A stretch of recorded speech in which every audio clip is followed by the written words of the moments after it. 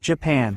Hi guys! Ito pala yung dasalan dito sa mag-asawa. So, traditional ito nila dito sa Japan. Kung yung babae, matagal na buntis or gusto na nilang magkaanak or manghingi sila ng anak, dito po sila pumunta, magdasal po.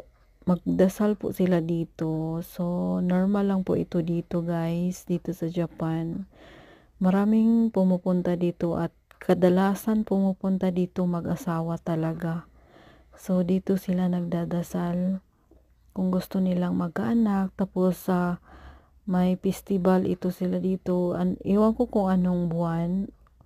October yata. So, maraming mga ganito yung mga ari ng mga lalaki.